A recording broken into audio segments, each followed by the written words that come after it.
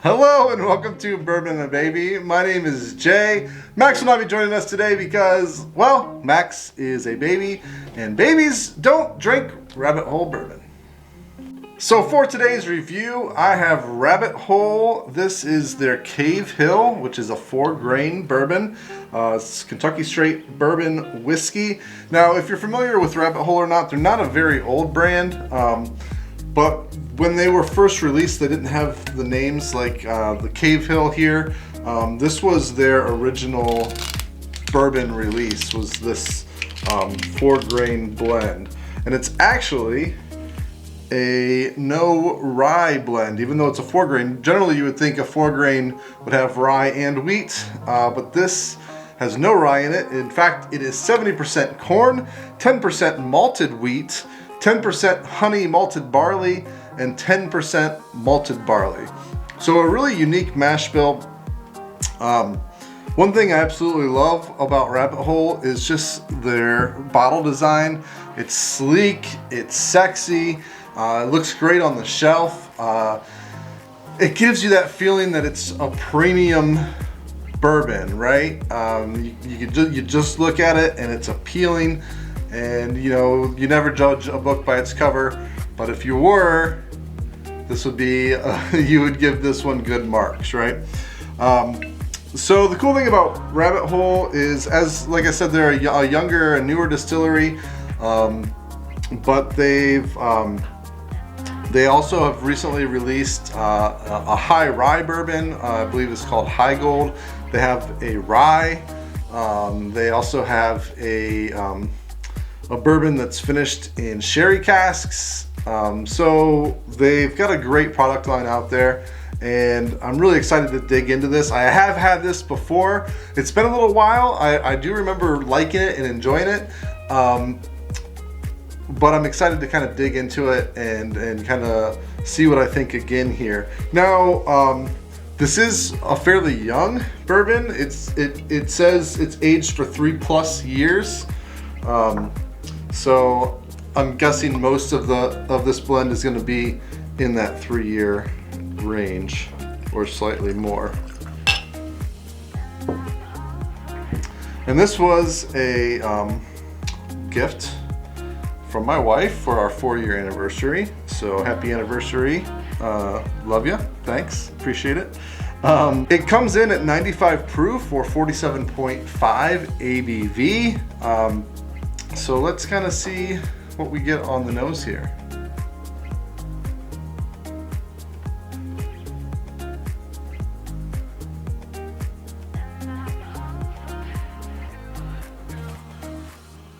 It's nice and light. I don't pick up a lot of the alcohol. I pick up some like fresh fruit notes. There's just a hint of nuttiness, not much, but just like maybe like some real light almond. Definitely get some honey.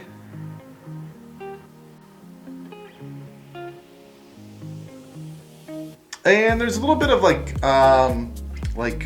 graininess and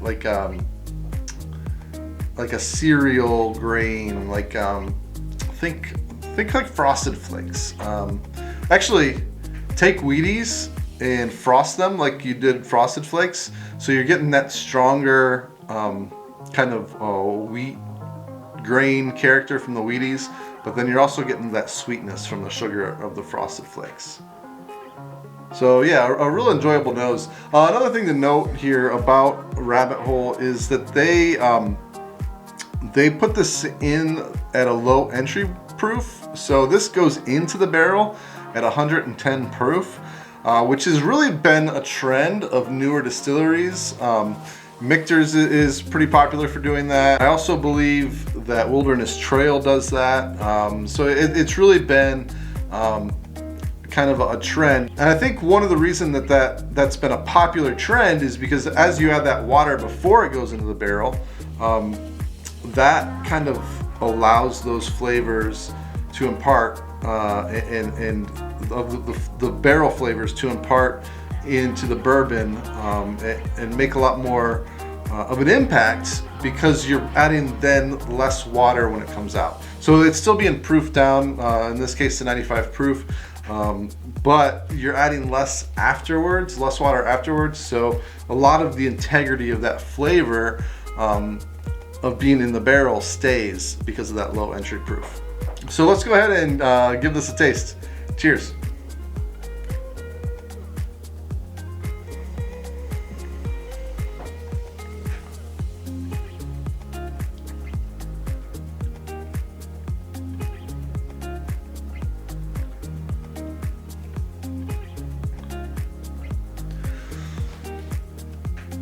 A little bit more spicy than I anticipated, which is a bonus for me, but that was my first sip of the day.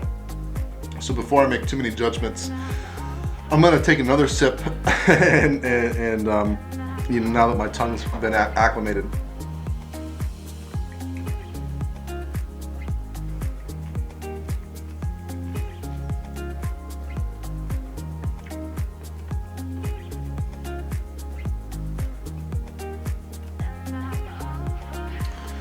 Yeah, so it is a little bit more spicy than I anticipated, much more than I picked up on the nose.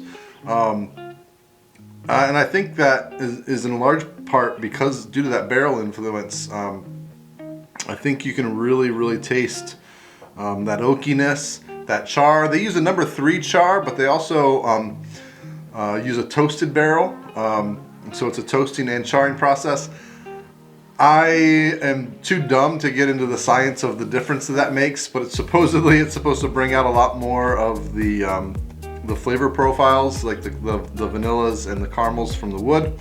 That being said, I am picking up kind of an undertone of vanilla as kind of it settles. Excited to kind of take another sip here.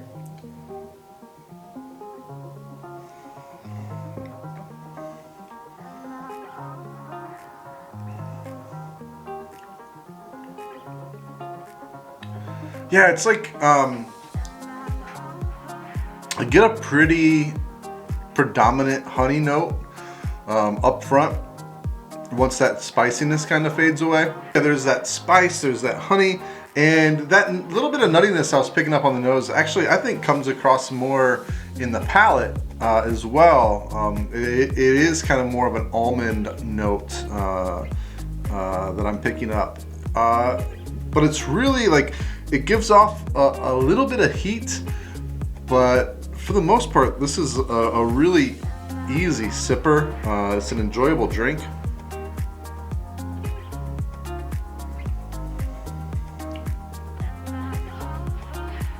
And it's different, and I think that kind of plays into that unique mash bill. It's different than what you'll get on most bourbons, I think. And as it finishes, that kind of vanilla comes out a lot more. I get more of the oakiness, but it's like all these flavors are kind of like blending together in a really good way. Sometimes when you drink a bourbon, you'll get pops of this and pops of that and pops of this, and it doesn't really all go together. And that's not necessarily a bad thing, because that's fun too. But this, it seems like all those things are just kind of really intertwined and really blended together well, to kind of come across and have this one, you know, really good experience of drinking a bourbon. Now, another thing about Rabbit Hole Cavehill here is that it is non-chill filtered, which is always really exciting for bourbon drinkers, bourbon nerds like myself. So again, that just kind of lets that even more of that initial flavor from being in the barrel to come through here from bottle to glass to palate. The price on this is anywhere from 50 to 60 bucks usually is what I've seen it for, which is a pretty steep price for a 3-year-old bourbon, just to be completely honest. That being said, it's really good. Rabbit Hole itself, the distillery, all of their products, they're really doing a good job of marketing themselves and putting themselves out as a premium bourbon or rye, and that's the market they're going for. So, and in that sense, I think the price point fits, what they're trying to do. If I had this in a blind flight, I would never guess this at a $60 bourbon. I would probably guess it more as a $30 to $40 bourbon. Price is always subjective, and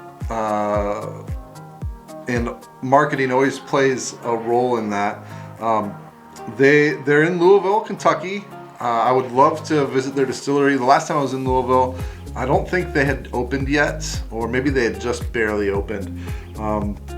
But from pictures I've seen, it's a beautiful looking, real modern looking distillery. So if you're ever in the area, definitely check it out.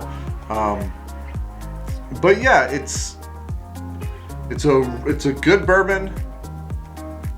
Do I think it's necessarily 100% worth the price? No, but do I think it's at that same time, do I think it's overpriced? Not necessarily either. Like I said, they're kind of putting themselves out there as a premium bourbon, and that's that the price point that's going to be in, and I don't think they overshoot that, because it is good, and it's enjoyable. If you have some friends over and you bust out this bottle and you pour them a little bit, they're going to be impressed. Especially if they're not necessarily a bourbon connoisseur, they're going to see this bottle right off the bat and be impressed by it, and they're going to enjoy it, and you're going to have a great experience together sharing that with them. So yeah, so with that being said, this has won awards. San Francisco World Spirits Competition Gold, just like everybody else that enters the San Francisco World Spirits Competition. I do want to kind of read what they say, what their tasting notes are. I did not look at this prior because I didn't want to be sullied by it, so I want to see kind of how close I got. On the nose it says spice, honey, and fresh apples. And then on the palate it says creamy flavors of orange, honey, and mint with hints of toasted grain. And then the finish, vanilla and custard. Interesting. Now I did not get any mint on here, or orange on the palate. But I wonder if I go back even through suggestion, I could potentially see kind of a citrusy note.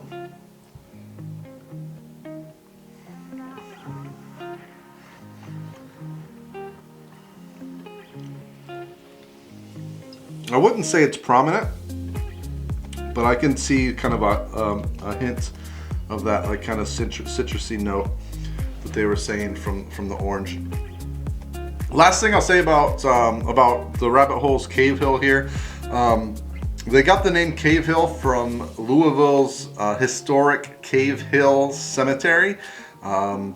They say in kind of their press that there are more distillers buried in that cemetery than anywhere else. I don't know what distillers, I didn't research it, but cool name, that being said. So do I recommend this? Yes, I do. I do recommend this. If you're a little worried about shelling out $60 for the bottle, try a pour at a bar, but even if you buy this bottle and you don't fall in love with it, this bottle, like I said, is gonna look great on your shelf. It's a sexy, sleek bottle, and it's gonna impress your friends. So worst case scenario, you buy a bottle, you think it's okay, or you moderately like it, you can, like I said, you can share it with friends and impress them when you have friends over. So, all right, thanks a lot for watching. You can follow Max and myself on Facebook, Instagram, and Twitter. We're at Bourbon and a Baby on all those platforms. You can buy Bourbon and a Baby merchandise at our shop on Spreadshirt. I'll toss that link in the description below. And last but not least, I want to hear your thoughts. Have you had Rabbit Hole? Have you had Rabbit Hole Cavehill or any of the other Rabbit Hole expressions? What do you think about them? What do you think about the brand? So on and so forth. I'd love to hear your comments, so I appreciate anything you have to say. So yeah, cheers.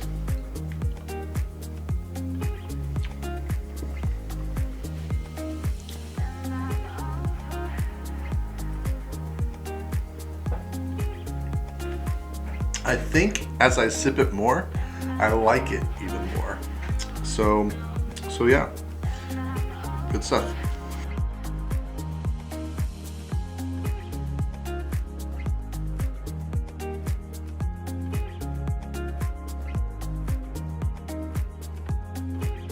And then the last thing I'm going to do here is I'm actually going to pull out my Bourbon and a Baby Infinity bottle since I've gotten that started. And I'm going to add an ounce of Rabbit Hole Cavehill to this Infinity blend.